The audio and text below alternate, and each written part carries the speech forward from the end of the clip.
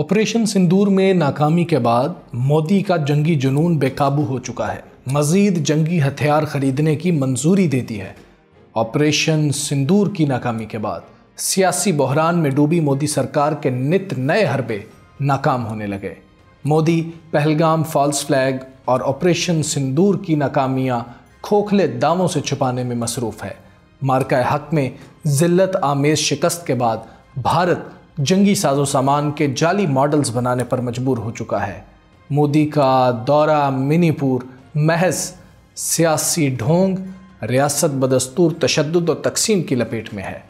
آپ کو بتائیں کہ مظاہرے، ہڑتال اور گو بیک مودی کے نعروں سے مودی کا استقبال کیا گیا۔ بھارتی فوجی اہلکار مراعات نہ ملنے پر مودی حکومت کے خلاف سڑکوں پر نکل آئے۔ بھارتی فوج نے سرچ آپریشن کی آڑ میں اپنے ہی شہریوں کو بھون ڈالا۔ امریکہ کو بھارت کی یاری مہنگی پڑ گئی۔ پاکستان کے مقابلے میں بھارت پر انحصار کی امریکی پالیسی ناکام ہو چکی ہے۔ بھارت کبھی بھی امریکہ کا قابل بھروسہ شراکت دار نہیں رہا ہے۔ امریکی میگزین کا انکشاف اس ویلاگ میں تمام اپڈیٹس آپ کے ساتھ شیئر کریں گے۔ آپ دیکھ رہے ہیں 92 نیوز ڈیجیٹل اور میں ہوں حمزہ طارق۔ ویورز، مودی کا جنگی جنون بے قابو ہے، جبکہ بھارت مزید جنگی ہتھیاروں کی خریداری میں مصروف ہے۔ رپورٹ کے مطابق آپریشن سندور کی ناکامی کے بعد سیاسی بحران میں ڈوبی مودی سرکار کے نت نئے حربے بھی ناکام ہو رہے ہیں، جبکہ مارکہ حق میں پاکستان کے ہاتھوں 6 رافیل طیاروں کی تباہی کے بعد نئے طیارے بھارت کی مجبوری بن چکے ہیں۔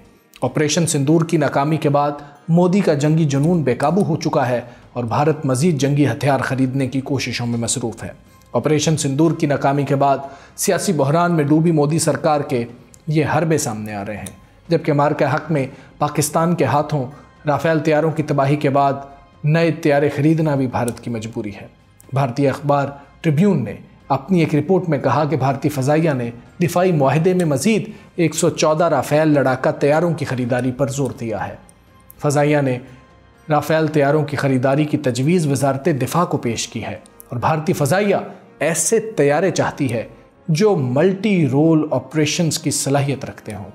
دی ٹریبیون نے کہا کہ بھارتی وزارت دفاع ٹینڈر کی بجائے براہ راست فرانسیسی رافیل کا انتخاب کرے گی۔ جیٹ طیارے میڈ ان انڈیا اسکیم کے تحت بھارت میں بنائے جائیں گے۔ رافیل بنانے والی کمپنی ڈسالٹ ایویشن ایک بھارتی فرم کی شراکت میں ہے، جس پر تقریباً 2 کھرب روپے سے زیادہ کی لاگت متوقع ہے، جو بھارت کے بڑے دفاعی سودوں میں سے ایک ہوگا۔ طیاروں میں مختلف ہتھیار اور 60% تک دیسی مواد ہو سکتا ہے۔ M88 انجن بنانے والی سائفران کمپنی نے حیدرآباد میں انجن مرکز کا اعلان کیا ہے۔ بھارتی فضائیہ کو فوری طور پر نئے جیٹ طیاروں کی ضرورت ہے۔ نئے طیاروں کی خریداری پاکستان کے ہاتھوں رافیل طیاروں کی تباہی کا اعتراف بھی ہے۔ مودی حکومت جنگی ہتھیاروں کی خریداری کے ذریعے عوام کا پیسہ اپنی ناکامیاں چھپانے میں لگا رہی ہے۔ آپریشن سندور کی ناکامی کے بعد سیاسی بحران میں پھنسی مودی حکومت کے نت نئے ہتھ کنڈے ناکام ہو رہے ہیں، جبکہ مارکہ حق میں پاکستان کے ہاتھوں 6 رافیل طیاروں کی تباہی کے بعد نئے طیارے بھارت کی مجبوری ہیں۔ ادھر مودی نے اپنی ذلت اور رسوائی چھپانے کے لیے نیا جگاڑ نکالا ہے۔ مارکہ حق میں ذلت آمیز شکست کے بعد بھارت جنگی ساز و سامان کے جعلی ماڈلز بنانے پر مجبور ہو چکا ہے۔ بھارت پاکستان کی عسکری صلاحیتوں، خصوصاً اہداف کو درستی سے نشانہ بنانے کی صلاحیت سے شدید خوفزدہ ہے۔ مارکہ حق میں رافیل طیاروں اور S-400 جیسے مہنگے دفاعی نظام کے نقصان نے بھارت کو دفاعی نظام کے نقلی ماڈلز بنانے پر مجبور کر دیا ہے۔ یہ جعلی ماڈلز انفلیٹیبل اور ڈیکوائے جدید لڑاکا طیاروں اور فضائی دفاعی نظام خصوصاً S-400 کی نقل پر مبنی ہوں گے۔ ان جعلی ماڈلز کا مقصد اصل جنگی ساز و سامان کی تباہی کی صورت میں جعلی ماڈلز کی تباہی کا بیانیہ بنانا ہے۔ ان جعلی ماڈلز کا مقصد مستقبل میں اپنی شکست اور ہزیمت کو چھپانا ہے۔ ان جعلی ماڈلز کا مقصد ممکنہ فضائی حملے کے دوران دشمن کو دھوکہ دینے کی کوشش کرنا ہے۔ بھارتی فضائیہ کی طرف سے نقلی ماڈلز کی خریداری اس اعتراف کے مترادف ہے کہ وہ اپنے اصل اثاثوں کو پاکستانی حملوں میں بچا نہیں سکتی۔ بھارتی فضائیہ کی نااہلی آپریشن سندور میں بھارت کے لیے عالمی سطح پر رسوائی کی علامت بن چکی ہے۔ بھارتی وزیر اعظم نریندر مودی پہلگام فالس فلیگ کی انٹیلیجنس ناکامی اور آپریشن سندور کی پسپائی کو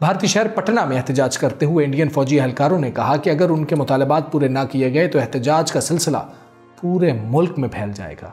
مودی سرکار طاقت کے نشے میں چور ہے۔ بھارتی فورسز نے ریاست چھتیس گڑھ میں سرچ آپریشن کی آڑ میں مقامی قبائلیوں پر گولیاں برسائی ہیں۔ بھارتی میڈیا کے مطابق ریاست چھتیس گڑھ کے ضلع گریابنگ میں فوجی کارروائی کے دوران 10 افراد مارے گئے۔ بھارتی فوج نے دعویٰ کیا کہ ہلاک ہونے والوں میں علیحدگی پسند جماعت کمیونسٹ پارٹی آف انڈیا کے سینئر رہنما اور مرکزی کمیٹی کے رکن بالا کرشنا بھی شامل ہیں۔ انٹیلیجنس معلومات کی بنیاد پر کیے گئے آپریشن کے دوران جنگجوؤں سے مڈ بھیڑ ہو گئی جو فائرنگ کے تبادلے میں مارے گئے۔ رواں برس صرف چھتیس گڑھ میں مختلف کارروائیوں میں اب تک 240 سے زائد لوگوں کو ہلاک کیا جا چکا ہے۔ ادھر امریکہ کو بھارت کے ساتھ دوستی مہنگی پڑ رہی ہے۔ امریکی میگزین فارن افیئرز نے پاکستان کے مقابلے میں بھارت پر انحصار کی امریکی پالیسی کو ناکام ترین قرار دے دیا۔ بھارت کبھی بھی امریکہ کا قابل بھروسہ شراکت دار نہیں رہا اور وہ امریکہ کی توقعات پر کبھی پورا نہیں اترا ہے، بلکہ پاکستان زیادہ قابل اعتماد شراکت دار ہے۔ یہ بات ڈاکٹر موئید یوسف نے معروف جریدے فارن افیئرز میں شائع ہونے والے اپنے مضمون امریکہ کو پاکستان پر اعتماد کیوں کرنا چاہیے میں لکھی ہے۔ پاکستان کے سابق مشیر قومی سلامتی ڈاکٹر موئید یوسف کا کہنا ہے کہ امریکہ کی بھارت پر طویل عرصے سے کی گئی اسٹریٹجک سرمایہ کاری مطلوبہ نتائج دینے میں ناکام رہی اور اب واشنگٹن کو اپنی جنوبی ایشیائی پالیسی پر نظر ثانی کرتے ہوئے پاکستان کے ساتھ ایک متوازن شراکت داری میں سرمایہ کاری کرنی چاہیے۔ فارن افیئرز کے آرٹیکل میں لکھا گیا ہے کہ اب امریکہ کو پاکستان پر اعتماد کر کے دیکھنا ہوگا۔ صدر ٹرمپ نے پاکستان کے دہشت گردی کے خلاف مؤثر اقدامات اور بھارت سے کشیدگی کم کرنے کی کوششوں کو سراہا ہے۔ اب یہ سب معاملہ ہے کہ بھارت کے لیے اندرونی طور پر بہت سی مشکلات پیدا ہو چکی ہیں اور مودی کو اس وقت سمجھ نہیں آ رہی ہے کہ کس طریقے سے اپنی الیکشن کیمپین چلائی جائے۔ گزشتہ 2 دہائیوں سے امریکی قیادت بھارت کو چین کے مقابلے میں ایک جمہوری توازن کے طور پر دیکھتی آئی ہے اور نئی دلی کو بیجنگ کے خلاف عالمی مسابقت میں مرکزی کردار دینا چاہتی تھی، لیکن اب بھارت چین کے بھی قریب ہو رہا ہے جو کسی صورت امریکہ کے لیے قابل قبول نہیں ہوگا۔ اور پاکستان آج ایک ایسی پوزیشن پہ کھڑا ہے جہاں اس کے ایران سے بھی اچھے تعلقات ہیں، امریکہ سے بھی اچھے تعلقات ہیں، چائنا سے بھی اچھے تعلقات ہیں، ٹرکی سے بھی اچھے تعلقات ہیں اور سعودی عرب سے بھی اچھے تعلقات ہیں، یہاں تک کہ رشیا سے بھی اچھے تعلقات ہیں۔ تو یہ وہ صورتحال ہے کہ بھارت، مودی کا بھارت سفارتی محاذ پر تنہا ہوتا جا رہا ہے۔ جون میں صدر ٹرمپ نے پاکستانی فوج کے سربراہ field marshal general Asim Munir کی وائٹ ہاؤس میں میزبانی کی تھی۔ جولائی میں ایک تجارتی معاہدہ طے پایا جس کے تحت پاکستان نے امریکی کمپنیوں کو نئے تیل کے ذخائر کی تلاش کی اجازت دی، جبکہ امریکہ نے ٹیرف کی شرح صرف 19% پر برقرار رکھی، لیکن بھارت کے اوپر ٹیرف بڑھایا گیا تھا۔ اور اب یہ حالات ہیں کہ اس امریکی صدر نے نہ صرف بھارت کے ہمسایہ ممالک کو چین کے قریب کر دیا ہے بلکہ خطے میں کشیدگی اور تقسیم کو بھی بڑھاوا دیا ہے اس ایک اقدام نے۔ اب معاملہ یہ ہے کہ آنے والے دنوں میں یہ دیکھنا ہوگا کہ کیا بھارت اور مودی ایک ساتھ چل سکتے ہیں۔ ویورز، نریندر مودی کی سیاست جھوٹ، پروپیگنڈے اور جنگی جنون کے گرد گھومتی ہے، لیکن حقیقت یہ ہے کہ آپریشن سندور نے بھارت کی تمام عسکری کمزوریوں کو دنیا کے سامنے ننگا کر دیا ہے۔ کیا مودی ان زخموں کی تاب لا سکے گا؟ اپنی رائے کامنٹ باکس میں ضرور دیجیے۔ مجھے اجازت دیں، اللہ حافظ۔